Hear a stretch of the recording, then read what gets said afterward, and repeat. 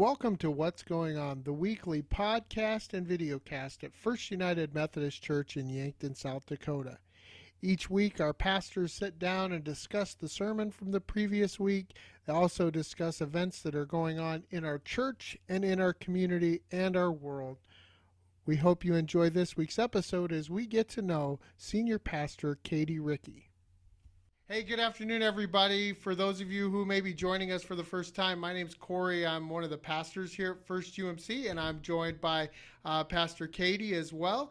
And today we are going to be starting a new adventure, and that is going to be our weekly podcast, videocast type opportunity where we're going to come on each week and we're going to go over the sermon from the week before, kind of discuss some high points of that, maybe what you were thinking when you wrote it, or when it's my week to preach, that'll be a lot of what was I thinking when I wrote it, obviously. And then we'll discuss kind of what's going on in the church, and the state of the church is, of course, we're in the middle of the pandemic still, so we have a lot to talk about with that. And, of course, there's other things that will be coming down the road as we continue to move and to grow here at First United Methodist. So we want to share those things with you.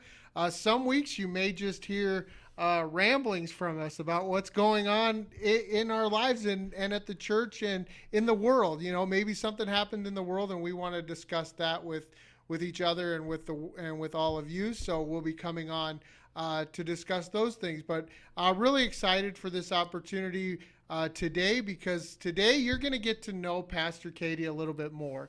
And some of you who may be watching this, you may know her quite well. Some of you, maybe Sunday was the first time and you had been out of the loop and you showed up and you said, oh, we've got a new pastor. This is exciting. So you may not know much about her, but today we're just going to kind of learn a little bit about her. I have some questions for her, and we're just going to have just a little conversation and share with you guys a little bit about Pastor Caty today. So to start off, obviously I'm a youth pastor, so we always have icebreaker games or questions, and I kind of wanted to break out some of my favorite games to start this, but we're going to pass on that, but I'm going to give you some shotgun questions. All right. So first thing that comes to mind with these different questions, favorite food? Spaghetti. All right, that's right on. I like spaghetti. I like it like goulash spaghetti. If it's pasta, I'm probably gonna eat it. All right, pasta. That's good. We're off to a good start.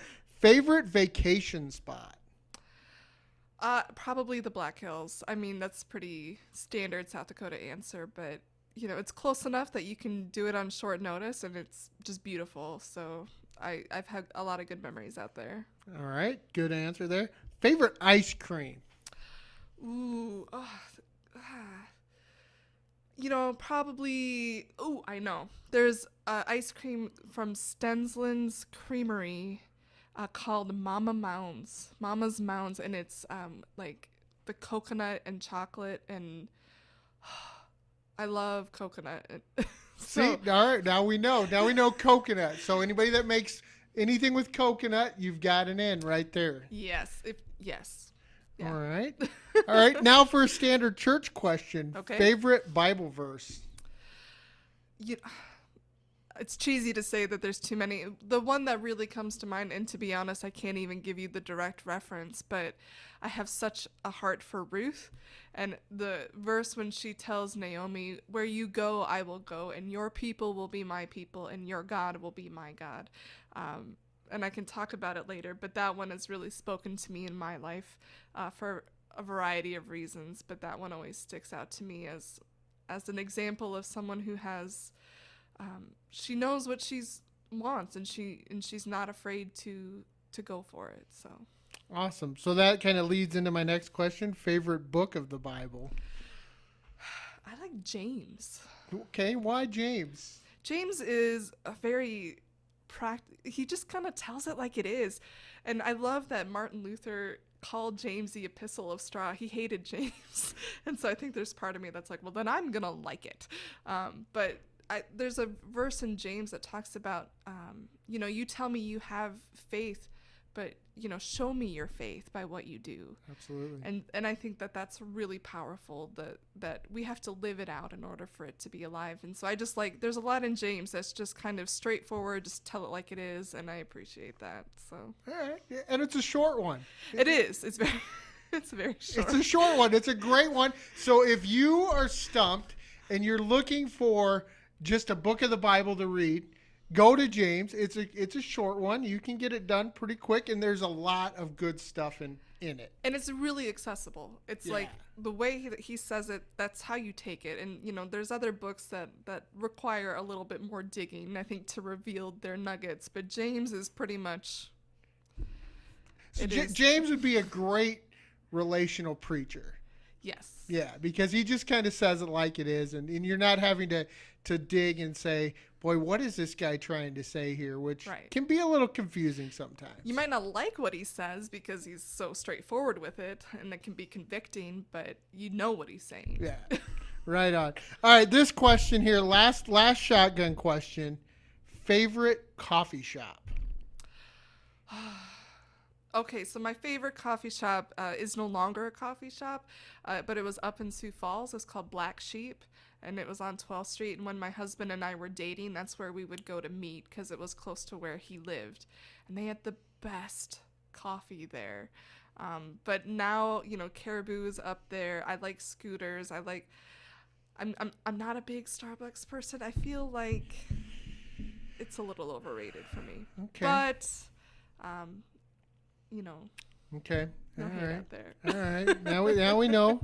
All right. So this is always an important one with me, and I said the coffee shop was going to be the last one, but after not going with Starbucks, I have to now know iPhone or Android. Both. And both is not an answer. That does not work. So I am a Mac person. I through and through, and I had a series of iPhones, but the last time we needed to get a phone, it was Black Friday and they were sold out and they didn't have them on back order, so now I have a Samsung and I like it. It's fine. It doesn't sync with the rest of my stuff. Okay.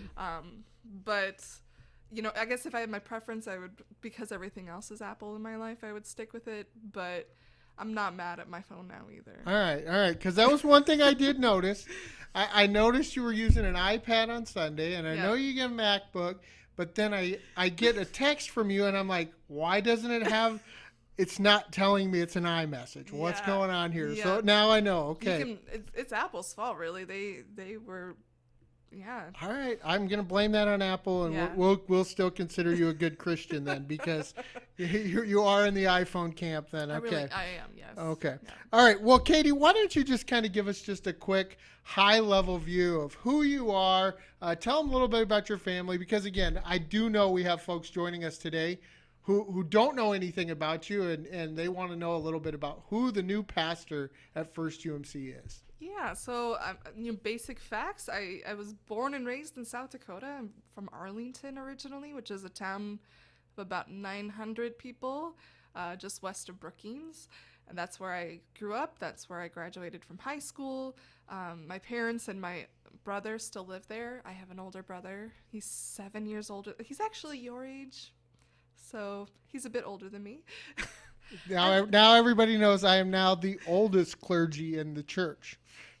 Yes, and I will make those kinds of comments probably often. But my parents and my brother still live in Arlington. My brother is married and has 6 kids, and so I have lots of nieces and nephews.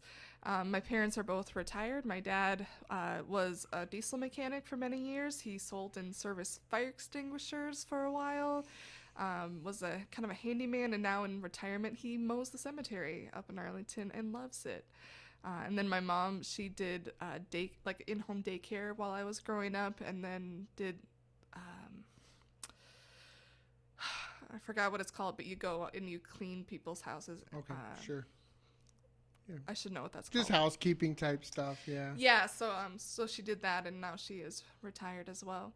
And so, yeah, Les and Shirley are their names, I guess. And then you guess, or that is their name. I guess I should include that. Yeah, so I grew up Lutheran, actually. I came to the Methodist Church a little bit later in life. started attending the Methodist Church when I was in high school. The pastor in my hometown had a real passion for youth, and so I kind of went where I felt wanted, and so ended up in the Methodist Church a bit in high school, and then joined later on in my life. I went to Sioux Falls for college at University of Sioux Falls, go Cougars, and studied theology and philosophy and English while I was there. I studied abroad, which was awesome. I went to Oxford. Cool. Yeah, so that was by far the hardest semester of schooling I've had across the board. It's a very different system. Did my first master's degree in Massachusetts at Gordon Conwell Theological Seminary, which is north of Boston. So I spent 2 years out there. Then became a youth pastor full-time for 3 years up in Millbank, which I feel like I'm probably, when you think of a youth pastor and kind of whatever that typical image is, which is maybe very active, and that wasn't me at all. I feel like I was like the least typical youth pastor you could have met, but I really enjoyed it. And then during that time received my call and went to Chicago to get my MDiv before moving back to South Dakota, and started serving churches in Mitchell and then in Beersford and now here. Awesome. And then in Mitchell, I met my husband, and we started dating and got married about 4 years ago. And now we have 2 children, 2 little boys. Ben, who is turning 3 in August. So he's 2, but he's really almost 3. Yeah, he's 3. Yeah, and then Ethan, who just turned 1 in April during the pandemic. And so we did a Zoom birthday party for him. But they are active little boys, and they keep us on our toes. Right on, right on. So my grandma, funny thing when you said he's 2, but he's really 3. So my grandma was always, not more than a month after your birthday, you were almost the next age. So that kind of became a running joke that it was like, you're almost 16. And I'm like, well, if I was almost 16, I could do a lot more than I can now. So why can't I? So yeah, and beyond a year, I quit doing the month thing because it's just too much to keep track of. Yeah, absolutely. And so Ethan is 1, but he's 15 months maybe or something. I don't know. Yeah, that's more math than I care to do. That's another odd thing that I've never really understood. Like when someone said, "Oh, it's my 16-month-old," I'm like, "No, it's your 1-year-old." You know, I'm trying to figure out how this is. It's a lot of math. So, well, it is awesome to have you here. And again, this marks the official first week, because Wednesday was the first official day last week. So we're 1 week in. 1 week in. Are you ready to quit yet? No, I'm it's such a weird time to transition into a church. I've not experienced a transition like this before. And so I feel like it's been a week, but I'm excited there's like a lot to do, and I feel like in some ways like I have yet to really arrive too, because I haven't gotten to meet people in the way that I normally would, and so I kind of feel like this arrival is going to last for a while, because it's going to be a long period of time of getting to know people and having them get to know me. And yeah, absolutely. And that's really a part of what when we sat down and just thought, how can we get you in front of people, because we can't physically have a group of people here for coffee on a Tuesday afternoon to get to know you. Right. We thought, well, why not use video and audio, because that's all we've known since March. So let's take advantage of it. Right, exactly. So my next question for you is, actually, I'm going to skip one, because you said you got your calling after you had got your master's in theology. Now, I find this interesting, because you went and got your undergrad in theology. Yeah. Then you went and got a master's in theology, but it was after all of that you decided and you got your calling to be in pastoral ministry. Yeah. Do you want to explain this a little bit? Can you explain this? Because my mind is blown, because when I think of theology, I'm thinking, man, I have already know that I'm going to be a pastor, so that's why I want to go into this. Yeah. What were you going to do if you didn't go into ministry with a master's and a minor in theology? Yeah, so I think I've known a lot longer than I was really willing to admit to myself that God had a calling on my life. my aunt, who's passed away about 10 years ago now, knew that I was going to be a pastor. And she would tell people that. And I think my grandmother had always kind of really hoped that there would be a pastor in the family. But, you know, I didn't really think that that was meant for me or that I was cut out for it. And so there were times where I'd kind of skirt and be like, well, maybe that would be interesting. But then I was like, no, I can't do that. And so when I went to college, I was planning to study theology and philosophy, mostly because I was just interested in it. But I really thought I would teach. That I really, throughout college and even through that first master's degree, my trajectory was to go back to college and to teach theology, to teach church history, because what I really loved was that engagement with people, and I really loved figuring out the differences between denominations and where churches came from and why people believe different things and how did they get there. That question really was the question that kind of motivated me and pushed me down that path, which is why I loved college so much, and I loved, engaging with people who thought differently than I did, and figuring out, again, like, I grew up Lutheran, but I went to a Baptist college. So, those are very different kind of perspectives. Absolutely. And my favorite thing is I took a class on Martin Luther from Baptist, and I loved it because I was like, I never heard it from this perspective before. And it was in college that, I really got introduced to John Wesley as well. I didn't really know much about the Methodist Church. I had attended it a little bit, but, our practical experience of churches is different than the theology behind them. And so, I went through college. That was my plan. When I went to Gordon Conwell, I pursued a Master of Arts because I didn't want to be a pastor all through college, and they joke about it, the professors. I took 0 practical ministry courses, and I was the only one that did it that way. So they had at USF these practical ministry courses, and everyone else who was in that major had that kind of idea that they would go into pastoral ministry of some kind. And I was running away from that as hard as I could, and so I'm like, nope, I'm not even gonna take that class because I don't need it. I don't need that class. I chose to go to seminary. I had my parents train. Yes, she's in seminary. No, she's not going to be a pastor. And that's what they were trained to say that, and they had to say it to everybody because, who goes to seminary if you're not going to be in ministry?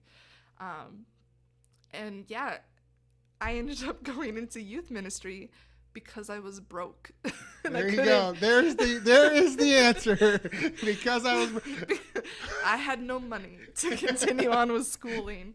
The next step for me would have been a PhD, and I didn't have the money to continue to be in school, and I needed a job. And my father, I said he sold and serviced fire extinguishers for a living. He was up in Millbank talking to the director of the nursing home who had lived in my hometown when I was growing up.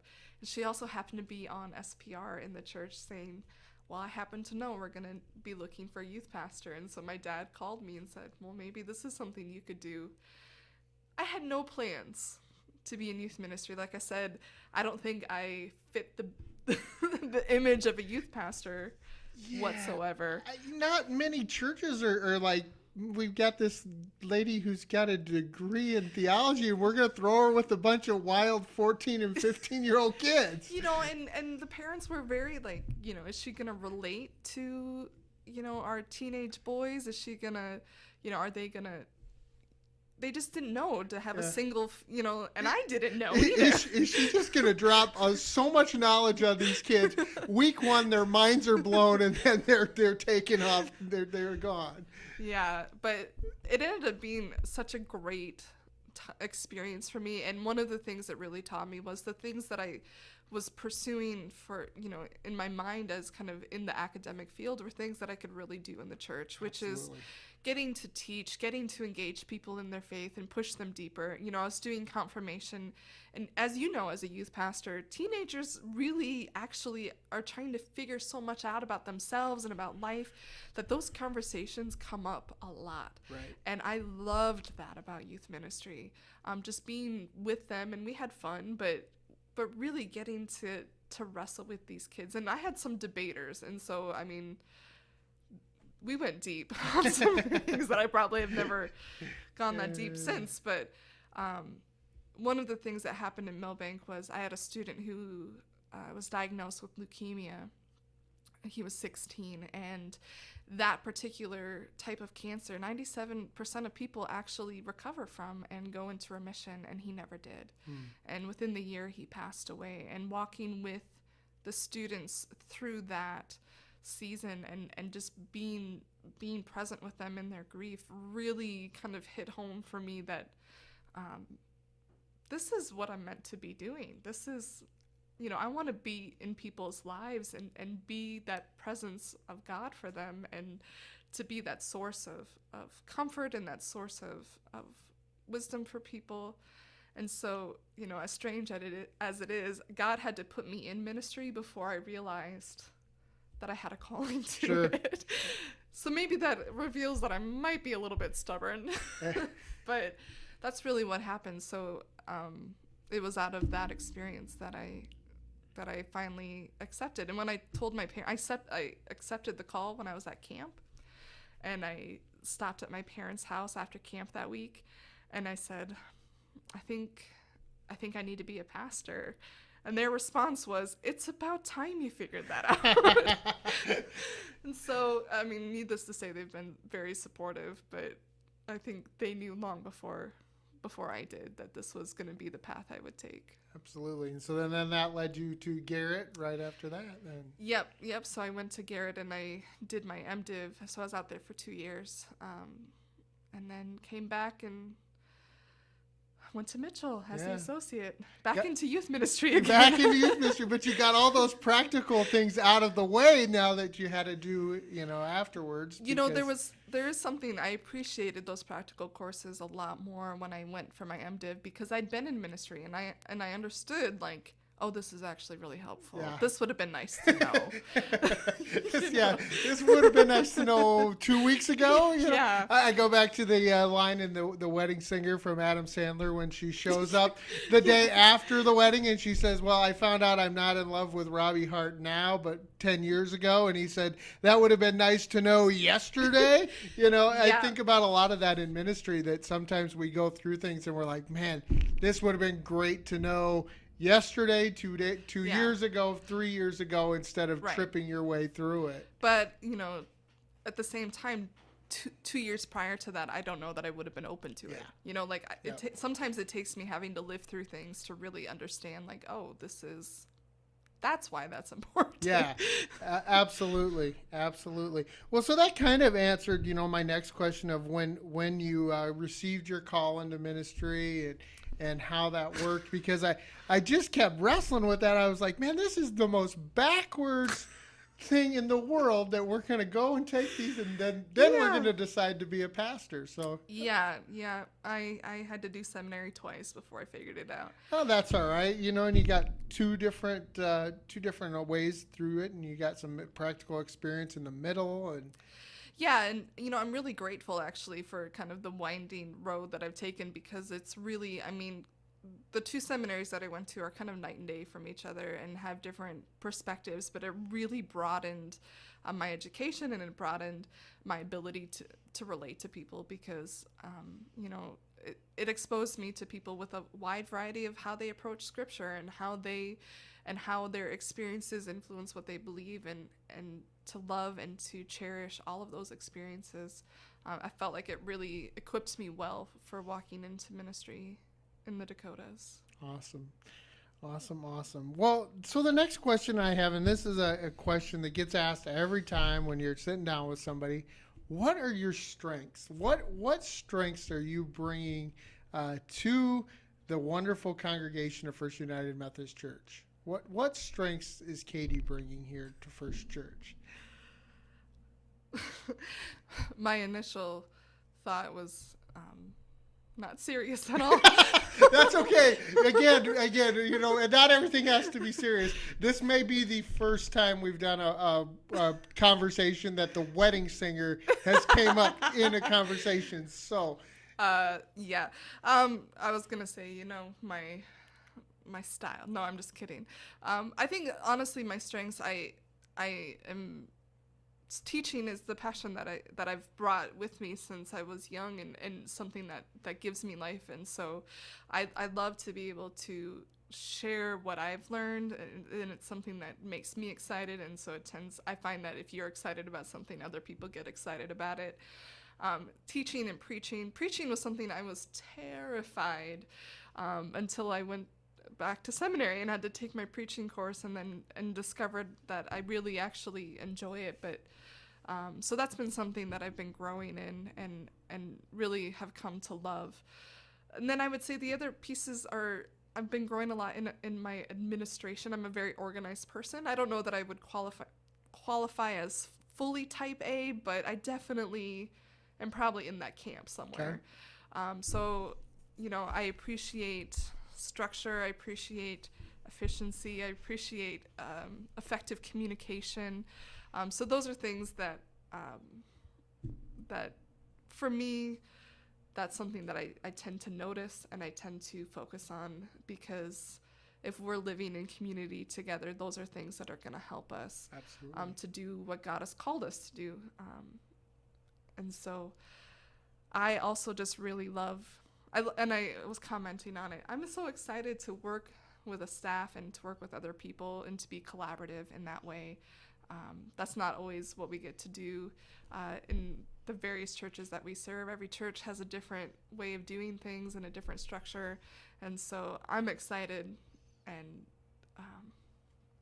to be able to pour into other staff and to help them succeed. I feel like that's part of my job. Awesome. So yeah, absolutely. What book are you reading right now? So I literally just finished a book last night called Everything Happens for a Reason and Other Lies I've Loved by Kate Bowler. I don't know if you've heard that one. It's kind of a memoir. She is a professor at Duke, and she was diagnosed with cancer, and it was kind of her story of kind of grappling with that first year of what that looked like. Literally finished that last night. And then I'm reading another book called Anam Cara, which means soul friend, and it's by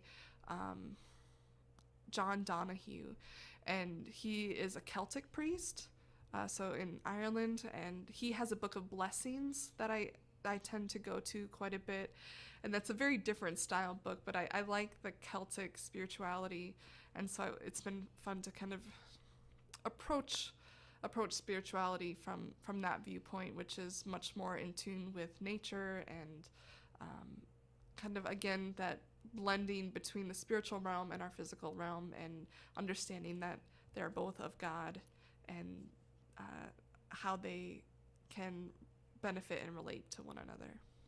Awesome. What's your favorite book? My favorite book... It's like asking me which child is my favorite. Well, I'm going to pick two. One is The Cost of Discipleship by Dietrich Bonhoeffer. Okay. One thing to know about me is I grew up Lutheran and never fully left me. So I named my cat Dietrich Bonhoeffer. We call him Dietsch for short. But Dietrich Bonhoeffer was a German theologian in the 1930s. He started a seminary. He was a spy against Hitler and was actually jailed. He was in jail for 2 years and martyred at a concentration camp 2 weeks before it was liberated. I mean, he is a fascinating person to read about. But his book on the cost of discipleship really talks about, that to follow Jesus, Jesus calls us, all of us, that we can't hold back, and if we do that, then we cheapen the grace that Jesus paid his life for. Right. And so Bonhoeffer, to me, is just, he understood that, and he lived that, and didn't hold back, and so I really love that book. The other one that had a major impact on me is a book called The Divine Conspiracy by Dallas Willard. Dallas Willard just passed away actually a few years ago. I got to see him when I was in Massachusetts speak, and I was fangirling a little bit because I'm a nerd. But there's a particular chapter in his book, The Divine Conspiracy, on the Beatitudes. And the Beatitudes I've loved, but I've always kind of struggled with as good news because it felt like a list of things that I couldn't live up to. But Dallas Willard talked about it, that that really it's not about you have to be these things in order to be blessed, but that all of these people who are in these things, like those who are mourning, those who are kind of getting caught in the middle as peacemakers, where people want them to choose sides, that they are blessed because Jesus is there, because God has come near, because the kingdom of heaven is present and they are invited into it. It's not about you, it's about what God is doing. And I read that in college, and it just kind of broke me a little bit, because it was like, oh, like, it's not about me. Which again is like one of those, because I just felt like I have to try to be the best person I have to be, because this is what it takes in order to be blessed. But really what it takes is Christ coming near. Right. And that's the grace. And so Dallas Willard kind of broke open my mind a little bit with that book. And so that one always has a special place in my heart. Awesome. So 2 great books, and we'll actually put links to both of those in the comments today. So if you're interested in learning about more, and you can read those books, and then you can come and compare notes with Caty and pick her brain a little bit about it. So that'd be a great opportunity for folks to do that. And that's part of the reason why I bring up books. Books are just a great opportunity for us to continue to learn and to grow. And so I feel like if we share what we're reading, maybe people, they might read it and not totally agree with it or not understand, but then they'll see why or where we're coming from with things sometimes as well. Yeah, and I like to, I think even in what I've said, it's a wide variety of the types of books I like to read. And I really love memoirs in particular, because I love hearing how faith has been embodied in somebody and how it practically lives out in them. And so, some of them tend to be a little more heady, but then, like I said, I in particular enjoy reading memoirs. Awesome. Most influential person in your life? You see, I told her I had a couple stumpers in here, and I had a couple real easy ones. This one's always a tough one for everybody. It's interesting. And, obviously my parents are huge influences. I mean, they're your parents. And so I'm going to say, like, we're going to put them in the obvious camp. Like, yep. Like if you ask a pastor what their favorite book is, the obvious camp is the Bible. Yeah, it was the Bible. And I was gonna say no church answer, but I didn't think you were going to go there. So, I would say that God has provided these people in different stages of my life that have been really formative in that stage of life. And so, I think back to college, and my college advisor was huge, and she was the biggest reason that I went to Gordon Conwell, because I looked at her and said, that's what I want to be. Right. And she had a huge influence. And to this day, there are things about me that are that way because she was in my life. I think when I was in Massachusetts, I worked as a church secretary, and the pastor that I worked for became like a surrogate mother to me, and there are things about me that, again, are formative, but it's hard to say of any one person in particular, but there have been a handful of people, clergy, Sunday school teachers, in particular, who have really poured into me just amazing things that I'm so grateful for. But it does really seem that kind of everywhere I go, there's that person that that is there to guide me in that chapter of life. Absolutely. So I'm curious to see. It's kind of a trick question. There, but yeah, it's going to be interesting to see who that person falls in the camp here at Yankton, who will be, and that's one of the great things about God's people and the kingdom is we're all so different, and yet we sometimes find these people where we're placed that we would have never maybe crossed paths with, and yet they leave a part of them on us that we then carry with us, and then we share that with someone else, and you're like, I would have never had this opportunity. I would have never known this to share with you if I hadn't crossed paths with this person. So well, and I think also just as we go through life and as our experiences change, those people, are changed with us. And, so the people that I relate to as I've gotten older, as I've gotten married, as I've become a mother, they're very different people than the ones I responded to 10 years ago. Right. And so it's been fun to see that progression as well. But always trying to be open to, God, who are you bringing into my life in this chapter? Because God's been so faithful in doing that. And I can really, as I sit here for a moment, I can think through it. Like, yep, this was this, this chapter was that person, this chapter. And just always people that I had something to learn. And so, yeah, I am curious. Awesome. Well, so I'm going to actually pose this then to everyone who's watching and listening. So I want you this week, when you have some time, to go through and think of the people in each chapter of your life who have been those influential people. And then if I'm going to throw another curve at you, and if they're still around, maybe just send them a note of encouragement this week or next week. I think about those people that have poured into me, and when was the last time I reached out to them, and maybe just them getting a card would be the spark that they needed again. And a lot of them are out there pouring into people because that's just what they do. They just continue to pour and pour into people. So that's your challenge from me this week. Oh, I and love and it. I know you still have a challenge from Caty from last Sunday still. And I am still in the camp of not turned in yet. So Caty, you want to just touch base on what your challenge was to them last week? Yeah, so if you heard the sermon this past Sunday, we were doing Psalm 145 because I don't know how to read the lectionary. It was supposed to be Psalm 45. 2 master's degrees and cannot read the lectionary. It's numbers. There's a reason I'm a pastor and not an accountant. Okay. But I think it was a God thing. But Psalm 145 is an acrostic poem. Every line starts with the next letter of the Hebrew alphabet. And so I challenged the people who heard that sermon to create their own acrostic poem, however they want. Most people are using their names, which I think is really fun, to praise God in the same form that David used. So each line of the poem follows that acrostic pattern.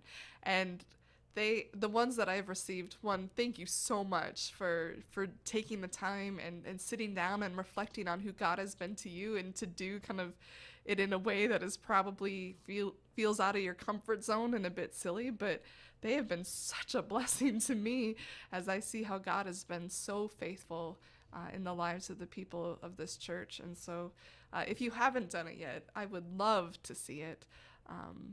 Corey.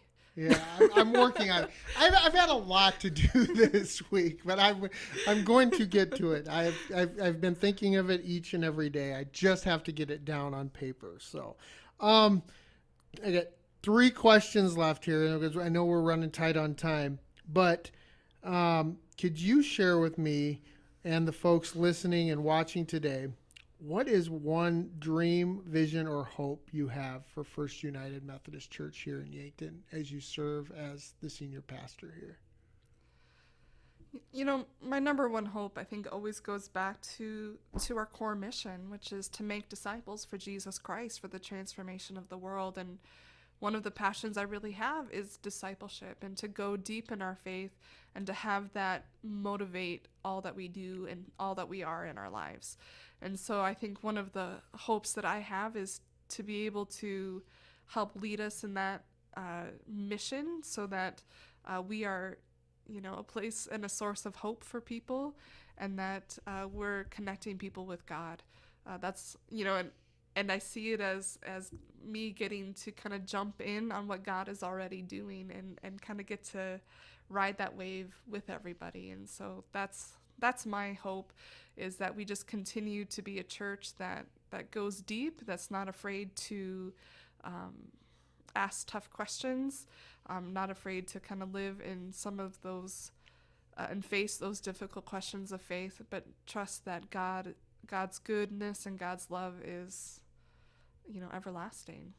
Awesome. So you like to challenge the people on Sunday mornings to share their God moments. Yeah. And God moments are, just being aware that God is always around you, because sometimes we tend to get so busy with ourselves and everything else that we miss the things that God is doing. So my question for you today is, what has been a God moment for you during the pandemic? There's been So I'm gonna cheat again and give you two answers. I'm gonna give you a church related answer Yep. and a home related That's answer. great. I love that. And I think that's a great thing. Just you brought up, because anytime people talk to us as pastors and clergy, they always want to give us like the church answer. And I love church answers, and you can give me church answers, but I also love your personal relational answers, because that's where we see where God lives and works in our personal and relational lives. Right. So we need to talk about those things. So fire away with the two answers to All right, this good. question. I'm glad that you supported that. Well, and part of it is I'm a pastor, but I'm a mom and I'm a wife, and those are two sides of the same coin of who I am, and they form who I am, and so I am all of it. But on the pastoral side, one of the things that happened is when I was at my previous church, we had two ladies who would lead singing for me, and because of where they were, one had a stroke literally the week of the pandemic starting, and so she was Wow. out, and the other one was a nurse, and so she was self-quarantined. So all of a sudden I don't have singers, and for me to do everything was a little much, and so we reached out to someone who had done special music but hadn't really been in the mix for leading worship, and she basically led worship with me every week, and it was an awesome experience because it was kind of like, do you think she'll do it? And then by the end it was like we just had this incredible relationship because we had this time each week where we could visit, and where she felt like she got reconnected with God because of the situation that could have been terrible, but it ended up being hugely um, just a huge blessing.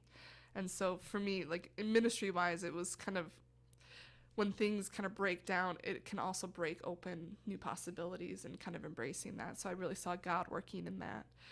On a personal side, we kept our boys home from daycare since March, and so I was working full time, and between my husband and I, we were watching the boys as well. And so the way we got out of the house was I would take them on hikes, and we would go to like state parks, and just that time, and I'm gonna like get choked up because they're my boys, but like just having that time with them, it was hard, but a blessing, because when you work full time, you have limited time with your children, and it just reminded me how much that is a precious gift, and also how funny and crazy and exhausting they are. But like we go on these hikes, and we heard bullfrogs, and my almost 3-year-old Ben, he started mimicking the bullfrog sound like dead on, and he would do that. We saw bumblebees, and then that whole day, like we're stopping and looking at the flowers and listening for the bumblebees, and it was just this like, it took me out of myself for a little bit. Sure. And what a gift. Like, so yeah, that it was like a hectic pace, but it was just such wonderful intentional time with my children that I wouldn't give Awesome. up for anything. Awesome. And I made it through with no tears. Yes, that's okay. Tears are okay. Tears are good. I actually lied. I actually have two questions left. I always have two questions left. But this one here is, what can we as the church be in? How can we pray for you and your family during this continued time of transition? As like you said, we're 1 week in, but how can we be praying for our pastor? I think that's one of the most important things as a church we can do, is pray for our pastors. So how can we be in prayer for you?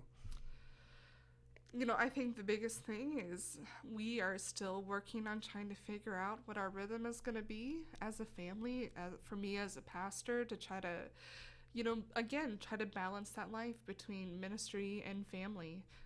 And so for me, I think a big prayer is just to continue to help us to acclimate to our community, and this church has been so good at welcoming and being so generous to us. But just, as for our boys and for my husband and for me, as we try to still figure out what is this life going to look like, because with the pandemic, it's just we don't know, and Yeah. so it's just trying to find whatever our rhythm is going to be, I think is huge. And the other thing is just pray for patience, because I want to know all the people, I want to know all the things, I want to do all the things, and I don't have to do them all right now. All right. So you're an impatient person as well. So we ought to work real terribly together. I'm impatient about things that I'm excited about. Yeah. Yeah. I hear you. I hear you on that. All right. So my very last question today. Some of you may know this, some of you may not know this, but last year Caty actually was one of the preachers at annual conference. And annual conference is when all the pastors and the laity all get together for a time of our meetings and a time of worship together. And she actually came back. Her first preaching was back from maternity leave, was at annual conference. So she's preaching in front of all of her colleagues, peers, the bishop, the whole 9 yards. So my question is this to you. What was harder, preaching at annual conference or potty training? Well, considering we're not, I am failing at the potty training 100% right now, so preaching was easier. I always ask that question to everyone who potty trains, because potty training is like the number one struggle for parents with young kids. And so I was curious, because some kids catch it right away. So maybe that was easy. But to me, I think preaching at annual conference in front of everybody has to be pretty nerve-wracking. But the daily grind of potty training may be worse. So I will say, one, you can't say no when the bishop calls, no matter whether you want to or not, I think. So that was intimidating. But also, it was on the topic of evangelism, and the guest speaker at annual conference was my professor of evangelism from Garrett. And so I was like desperately trying to remember anything from his class, and very anxious when I got done preaching. But then it turned out that I was right on the money with him, so that was really good. But yeah, I had grand ideas. I'm like, pandemic, I'm home all the time, we're gonna knock this out. No, that did not happen. We are in the bribery phase right now, and so yeah, if anyone has some good tips and tricks, I will take them when it comes to potty training, because it's not going well. All right, see, so there we go. So all of you experts who have raised your kids and have those tips, send them in along with your homework. Those are two things that you can do this week. Well, we're just going to wrap up here this afternoon. And it was so great to have this time just to sit down and visit and get to know you a little bit more, and to share with all the folks here at the church. And I really look forward to our time as we get to spend each week to kind of wrap up the week and just share with what's going on. If you guys have any ideas of things you want us to talk about, send them in, because we would love to sit down and visit with those things as well. But yeah, I think overall for our first week, we got through this with one take again. Yes. We got through our little video we shot about worship in one take. And just a reminder about worship, 10 a.m. on Sunday, lawn chairs, sunscreens, umbrellas. If you have pop-up tents, bring those as well.